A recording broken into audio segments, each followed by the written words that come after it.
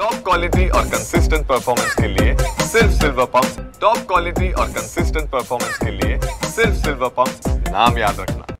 4 महिन्याच्या आत स्थानिक स्वराज्य संस्थेच्या निवडणुका घ्या असे आदेश जे आहेत ते सुप्रीम कोर्टाकडून देण्यात आलेले आहे। त्यामुळे आता आगामी महापालिका निवडणुकांच्या पार्श्वभूमीवर कार्यकर्ते आणि पदाधिकाऱ्यांमध्ये उत्साहाचं वातावरण जे आहे ते पाहायला मिळत आहे। तशा प्रकारची आता तयारी देखील कार्यकर्त्यांनी सुरू केली आहे। आपल्यासोबत याच विषयावरती बोलण्यासाठी माजी आमदार कैलास गोरंट्याल आहेत। साहेब, काय सांगाल? 4 महिन्याच्या आत निवडणुका घेण्याचे निर्देश सुप्रीम कोर्टाने दिले आणि आता लगभग निवडणुकांची आता कार्यकर्त्यांमध्ये पाहायला मिळत आहे। एकतर मी अगोदर सुप्रीम कोर्टचा धन्यवाद व्यक्त करतोय की त्याने जे निर्णय घेतला ते योग्य निर्णय घेतला आहे। 4 आठवडा म्हणजे नोटिफिकेशन्स असतो आणि त्याच्यानंतर वार्ड रचना आणि 4 महिन्यानंतर इलेक्शन।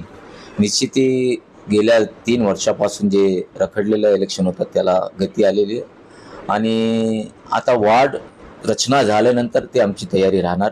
आता महानगरपालिका झाली, महानगरपालिका एकूण किती वार्ड होईल, किती नगरसेवक राहील, नगरसेवक राहील त्याच्यावर डिपेंड असतात आणि कटिंग कसं करतात, कारण त्या कटिंगवर डिपेंड असतात की कटिंग कुठून कसं करता येईल त्याच्याप्रमाणे होईल। आता 2 लोकांचा एक वार्ड होईल का 4 लोकांचा वार्ड होईल असा आता नेमका किती पॉप्युलेशनवर आहे ते मला ॲक्युरेट माहीत नाही, तरी मला वाटतं की 10 ते 12 हजार लोकसंख्येवर एक नगरसेवक असं जे मला अधिकृत माहीत तर नाही पण जे माहीत पडलं। आता ठीक आहे, बघू आता जे होईल चांगल्या प्रकारे आम्ही तयारी करू। कार्यकर्त्यांमध्ये अशी इच्छा आहे की चर्चा अशी पाहायला मिळत आहे की या ज्या निवडणुका आहेत त्या स्वबळावरती लढल्या गेल्या पाहिजे। तुम्ही एक काँग्रेसचे नेते म्हणून तुमचं काय वैयक्तिक मत या संदर्भात आहे? सिच्युएशन काय तयार होईल त्याच्यावर डिपेंड असतात। जर पार्टीने सांगितलं सेल्फ तुम्ही लढा, स्वयंवर लढा, तर मी तशी तयारी करणार, किंवा पार्टी म्हणेल महाविकास आघाडीचे सर्व घटक पक्ष घेऊन लढा, तर मग पार्टीचा आदेश मानावा लागतो आम्हाला, त्याप्रमाणे मी करणार। यावेळी महापालिका निवडणुकीचा कोणता मुद्दा घेऊन तुम्ही नागरिकांसमोर जाणार? नेमकं म्हणजे विजन काय आहे तुमचं यावेळेस? विजन सर्वात मोठा आहे बघा। नगरपालिका आमच्याकडे असताना पाणी आम्ही दिलं, कचऱ्याचं काम आम्ही फार मोठ्या प्रमाणात केलं, कुत्रे जे होते त्यांना घेऊन बाहेर सोडण्याचं काम आम्ही केलं, जे रोजमर्राचे असे त्या काम आम्ही केलं। पण सध्या असं वाटतं की काही काम होत नाही आणि जनताला माहीत आहे की गोरंट्यालच्या ताब्यात नगरपालिका असताना जालना शहरात स्वच्छतामध्ये मराठवाड्यात पहिला आला, महाराष्ट्रात 10वा आला आणि देशात 23वा आला होता आणि आता रँक बघा, आता एकदम मागे चाललो आम्ही। आणि आमच्या काळात सिमेंट रस्ते झाले, आमचे काळातचे रोड हे सर्व झालं। मी आमदार असताना ते सोलारची योजना आणली, ते आपला याची 11 मेगावॅटची। मग ते पाणी कमी पडतो म्हणून आम्ही 35 MLDचा STP केलं। नवीन जालन्यासाठी घाणेवाडीपासून तर JS कॉलेज नवीन पाईपलाईनचं काम पण सुरू आहे। हे सर्व आमच्या वेळेस झालेलं आहे आणि त्यामुळे जालन्याला जर महानगरपालिका आमच्यात आलेली तर आम्ही एक दिवस आड लोकांना पाणी देणार, स्वच्छता ठेवणार, दिवाबत्ती करणार आणि मोकाट कुत्र्यांचा बंदोबस्त आम्ही मोठ्या प्रमाणात करणार आहे। आणि जे नागरिक समस्या आहेत त्याला तोंड देणे आणि आम्हाला त्याचा अनुभव आहे। सर्वात मोठा म्हणजे नगरपालिकेचा अनुभव हा फार मोठा काम असतात। काही लोकांना अनुभव नसतात, फक्त सटाके मारण्याचे काम करतात।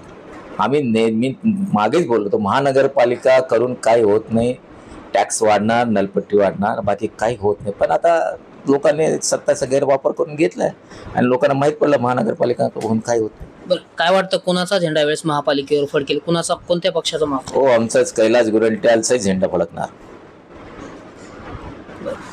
पहलगाम हल्ल्याच्या 15 दिवसानंतर आता सैन्य दलाने चोख प्रत्युत्तर पाकिस्तानला दिले। अनेक ठिकाणचे दहशतवादी जे अड्डे आहेत ते उद्ध्वस्त केलेत, कसं पाहताय? हे बघा, आम्ही जे सरकारने जे धोरण घेणार त्याला पाठिंबा म्हणून काँग्रेसने दिलेला आहे आणि मी धन्यवाद व्यक्त करतो आमच्या आर्मीला, सल्यूट करतो त्यांना की फार जबरदस्त त्यांना जवाब दिलेला आहे। ईट का जवाब पत्थर से दिला आहे।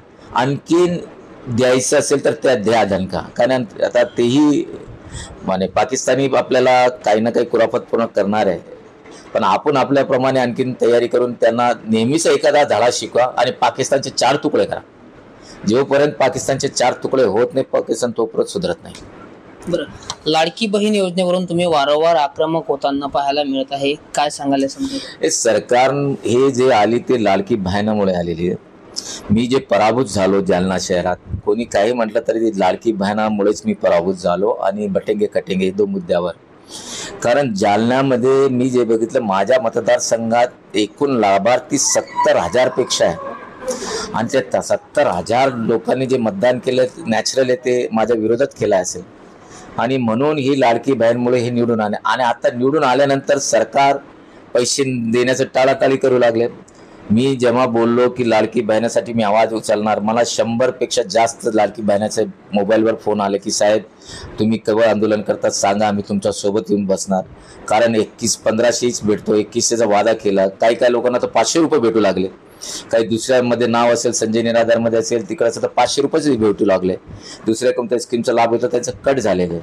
ते म्हणतात तुम्ही जर हे नियम अटी अगोदर ठेवला असता तर मी भरलंच नसता.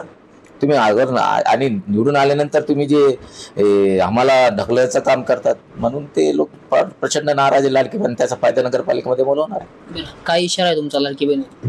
नाही, लाडकी बहिणीला तर 2100 दिलं पाहिजे त्यांनी. आम्ही त्याच्यासाठी आंदोलन करणार, मोठ्या प्रमाणात आंदोलन करणार, द्यावं लागेल.